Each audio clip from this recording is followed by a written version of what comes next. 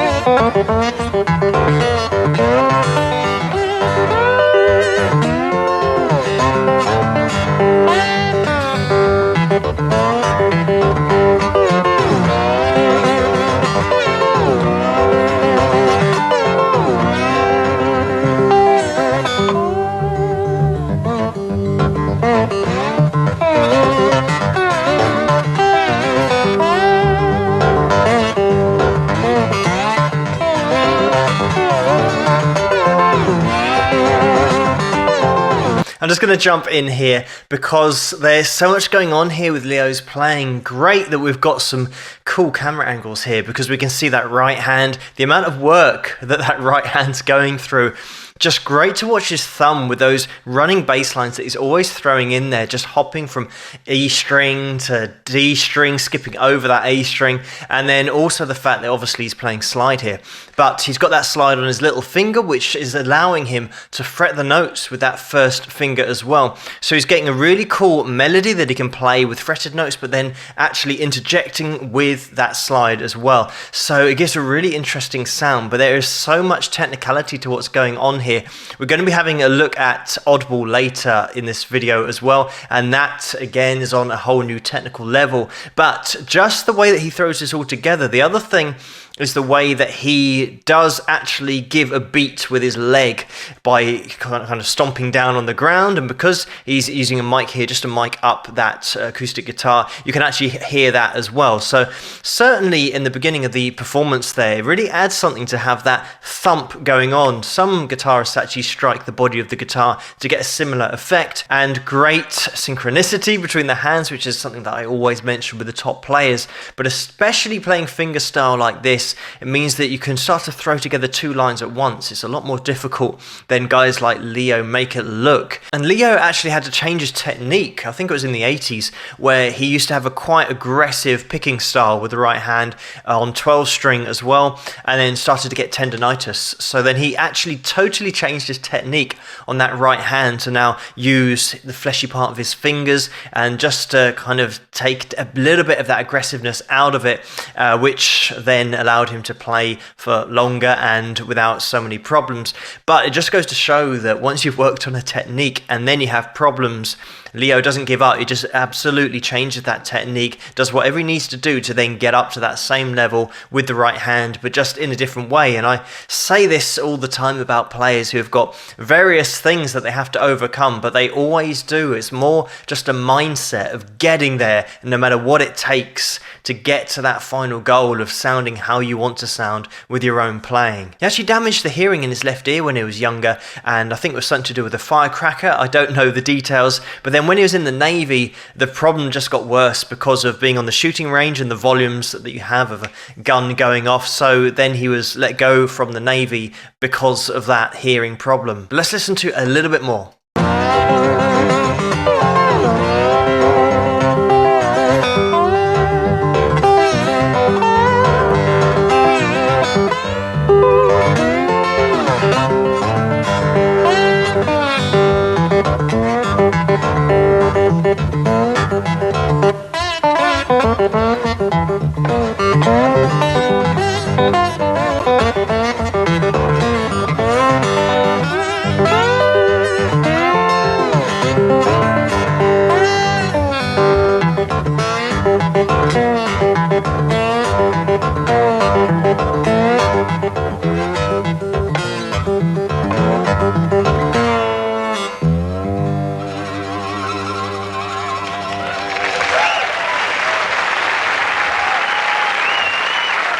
Another thing I quickly want to mention is that vibrato with the slide. It's one of those things I mentioned with most videos. If I'm looking at a top player, the vibrato will always be mentioned because he keeps it so nice and even, and quite a wide vibrato in terms of the further you move on the string. If you don't play guitar and you don't play slide, you don't know how it works.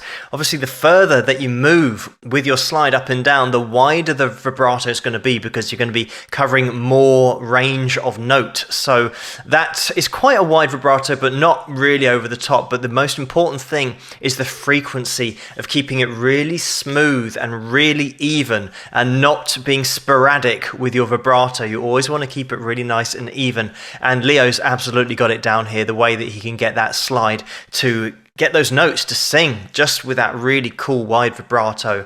I've just skipped it forward so we can have a quick look at Oddball as well, because this is without a slide, so it's just going to be fingerstyle and left-handed fretting going on here, but it's a really cool piece and there's a lot of technicalities to it, so let's check it out.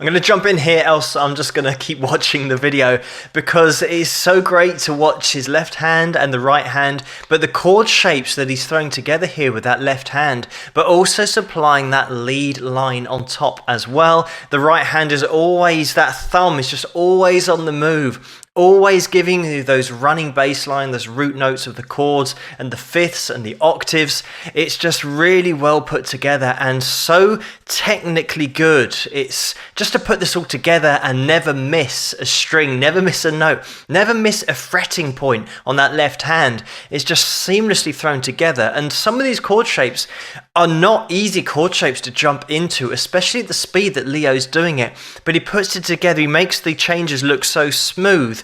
when normally there'll be anything but. It'll be a real struggle to get into these shapes, but he's absolutely nailed all of these technical elements, all of this muscle memory. He's sat down and he's really worked at it to get it so smooth and to make it look so easy. Another thing that Leo does is throws in a little bit of vibrato with chords as well, and if it's not the whole chord, it will just be that third finger, second finger sometimes. Whenever he's ending on a particular note within a little lead run, he'll give that a little bit of vibrato if that note is going to sing or be held on for any amount of time. If it's a quick change, obviously he won't have time to put that vibrato in, but it's something that he does throw in that means that the guitar is always singing. He's never letting anything hang. He's always expressing. That's the great thing about Leo's playing, is the fact that here he can throw in a totally different bass line and have that independent lead line going on. And that's what top acoustic players and fingerstyle players do. They can throw in that technique in order to have that separation